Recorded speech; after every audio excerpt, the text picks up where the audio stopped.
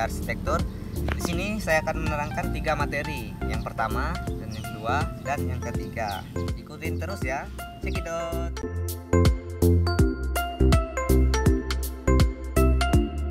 Baiklah, di sini saya akan menjelaskan yang pertama, yaitu proses desain.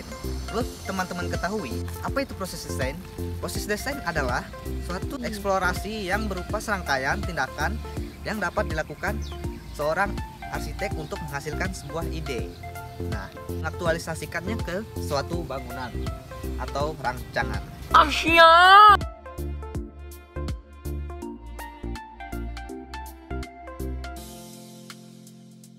Di sini ada 4 kategori proses desain. Nah, yang pertama itu adalah desain pragmatis. Pragmatis adalah proses coba-coba atau trial and error. Dan yang kedua adalah desain ikonik. Ikonik adalah suatu proses yang mengacu dari bentukan yang sudah ada. Nah, yang ketiga itu adalah desain dengan analogi. Ini dapat dijelaskan sebagai upaya membuat pengibaratan atau pengandaian. Dan yang terakhir adalah desain kanonis. Desain kanonik ini mengembangkan konsep yang semuanya mengarah pada keteraturan. Selain kategori proses desain, di sini ada juga teori proses desain, dan itu dibagi menjadi 4. Yang pertama itu adalah proses desain kotak hitam, dan yang kedua proses desain kotak kaca. Nah, yang ketiga itu adalah proses desain rasionalistik, dan yang terakhir adalah proses desain argumentatif.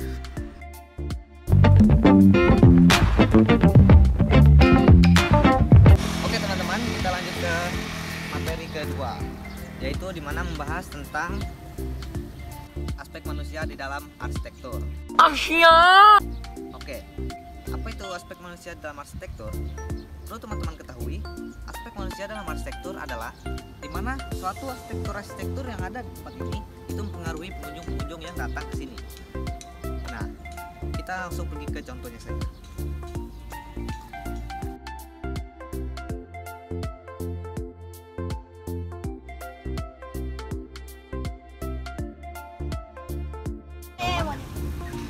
Kenapa, Mas? Perkenalkan, nama saya Dr. Nyoman. Saya di sini mau bertanya kepada Mbak. Apa yang Mbak rasakan saat berada di alun-alun ini? Apakah arsitektur di sini mempengaruhi rasa kenyamanan Mbak di sini? Nah, kalau saya datang ke alun-alun sini ya bahagia aja, Mas. Soalnya di sini kan bisa serbaguna gitu ya. Di sini kita bisa santai, lihat kolam ikan gitu. Ada tempat olahraganya juga, tempat jogging, bisa kumpul sama keluarga kayak gitu.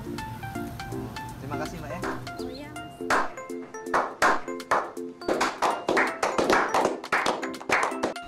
Nah teman-teman, itulah contoh dari aspek manusia di dalam arsitektur. Nah, yang perlu kita tahu teman-teman, perilaku manusia adalah respon terhadap stimulus. Di sini ada 2 bentuk perilaku. Yang pertama, perilaku tertutup, dan yang kedua, perilaku terbuka. Nah, di sini saya mengambil perilaku yang terbuka. Tadi teman-teman sudah melihat kan, waktu saya berbicara dengan pengunjung yang ada di sana, pengunjungnya langsung merespon saya. Nah, itulah contoh dari perilaku terbuka. Dan ada juga nih teman-teman, faktor-faktor yang mempengaruhi perilaku. Nah, di sini ada 2 teman-teman, yaitu faktor internal dan faktor eksternal. Nah, faktor internal itu adalah faktor bawaan, dan faktor eksternal yaitu lingkungan. Oke, di materi yang ketiga ini saya akan membahas tentang aspek lingkungan terhadap arsitektur. Nah, dapat kita rasakan teman-teman. Rasanya seperti Anda menjadi Iron Man. Di mana ada unsur lingkungan hidup dan kerusakan lingkungan hidup. Di unsur lingkungan hidup terdapat 3 poin nih teman-teman. Yang pertama, unsur hayati, yang kedua unsur sosial budaya, dan yang ketiga unsur fisik. Kerusakan lingkungan hidup ini dibagi menjadi dua. Yang pertama adalah faktor alam, dan yang kedua adalah faktor manusia. Proses desain. Perlu teman-teman ketahui, proses desain adalah suatu serangkaian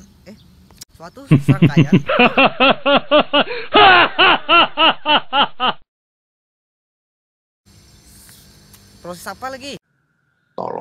Tolol gitu. Tolol banget. Tolol. Orang ini adalah orang-orang yang tolol. Sebelum kita masuk ke materi, I am the one, the way your son don't need a gun to get